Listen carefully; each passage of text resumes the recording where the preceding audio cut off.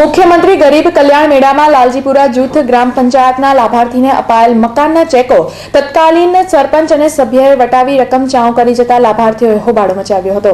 સોખડા પાસે આવેલ જૂથ ગ્રામ પંચાયતમાં સમાવિષ્ટ લાલજીપુરા, ચંપાપુરા અને મીસાપુરાના ગરીબ લાભાર્થીઓને મુખ્યમંત્રી ગરીબ કલ્યાણ મેળામાં સરદાર પટેલ આવાસ યોજના અંતર્ગત 21,000ના ચેકો અર્પણ કરવામાં આવ્યા હતા।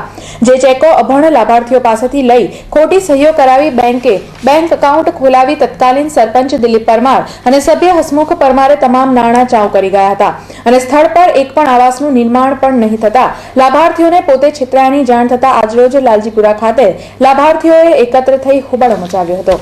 એટલે કેટલાનું કૌભાંડ થયું છે અહીંયા? 14 લાખનું કોઈ કર્યું છે? એ તો મને જુગાર સરપંચોએ કોણ સરપંચ કોણ છે? દિલીપ પંકજ એક આપવાનો મંજૂર કર્યો તો પણ અમને 21,000 તમને ચેક મળ્યો? મળ્યો જ નહીં। એ એવું કહેતા હતા કે સહી કરી દો પછી ચોપડીઓ તમને આપશે પછી તમારે પૈસા થઈ બેંકમાં ઉપાડવા જવાનું એમ। તમે બેંક જોઈ નહીં અને એ લોકોએ બતાવ્યું નહીં અમને અને જયા પણ અંદર બેંકમાં પૈસા જ નતા, એ લોકોએ ઉપાડી લીધા હતા। પછી કાર્ડ મળ્યું પછી અમે સરપંચ જોડે માગણી કરી કે અમારે પાસબુક આલો, અમારે પૈસા ઉપાડીને અમારે મકાન બનાવવું છે। તો અમે વારંવાર માગણી કરી તો કે અમે કોન્ટ્રાક્ટ આપી દીધો છે કે એવું અમને જવાબ મળે। એટલે શેનો કોન્ટ્રાક્ટ આપ્યો? અમે મકાનોનો કોન્ટ્રાક્ટ આપી દીધો છે એટલે કે તમારું મકાન કે બની આપશે કે કોન્ટ્રાક્ટર બની આપશે, પણ ઘણીવાર તપાસ કરી રાહ જોઈને થાક્યા એટલે પછી કોઈ મકાન બન્યું નહીં બરાબર। પછી મેં જિલ્લામાં તાલુકામાં 2 અરજી બી આપેલી છે તોય પણ તેની કોઈ તપાસ ચાલુ થઈ નહીં આજ દિન સુધી। ચેક રોકડા જોઈએ ને અને આજ દિનનું વ્યાજ જોઈએ ને અમારે આટલા વર્ષનું। એટલે ગામમાં હજુ સુધી કોઈને પૈસા મળ્યા નથી કે મકાન બન્યા નથી? બન્યા જ નહીં ને, પૈસા મળ્યા નહીં ને મકાન બન્યું નહીં એટલે અમારે 1 વર્ષને 3 મહિના થયા વ્યાજ અંગત પૈસા જોઈએ અમારે।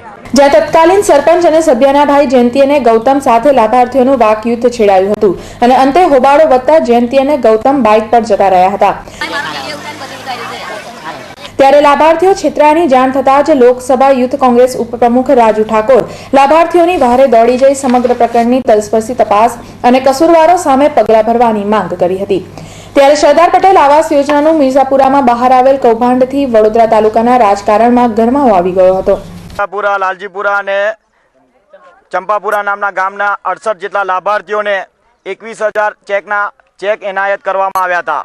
ત્યારબાદ ગામમાં આવ્યા પછી એ લોકોને આજ દિવસ સુધીને 1 રૂપિયો પણ મળેલો નથી। 5 વ્યક્તિઓને પૈસા મળ્યા છે, બાકીના થોડા ઘણા લોકોને ઈંટો છે, રેતી છે એવું નાખી આપવામાં આવેલું છે।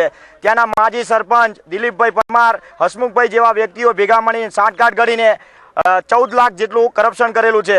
અને હું એવું પણ કહું છું કે આ માત્ર 2012 એવી રીતે 2011માં જે ગરીબ કલ્યાણ મેળો યોજવામાં આવ્યો હતો તેમાં પણ આ રીતે એનાયત કરવામાં આવ્યું હતું, પણ આ દિવસ સુધી આ ગામડાઓમાં કોઈ પણ જાતનું કામ કરવામાં આવ્યું નથી। આમ સમગ્ર ગુજરાતની અંદર આવી રીતે નરેન્દ્ર મોદી આવાસ યોજનાની અંદર કરોડો રૂપિયાનું કૌભાંડ કરવામાં આવેલું છે। એ આ વસ્તુ પરથી સાબિત થાય છે। જો આની વિજિલન્સ તપાસ કરવામાં આવે અથવા તો હાઈકોર્ટના પૂર્વ ન્યાયાધીશ દ્વારા જો તપાસ કરવામાં આવે તો દૂધ અને પાણીનું પાણી થઈ જશે।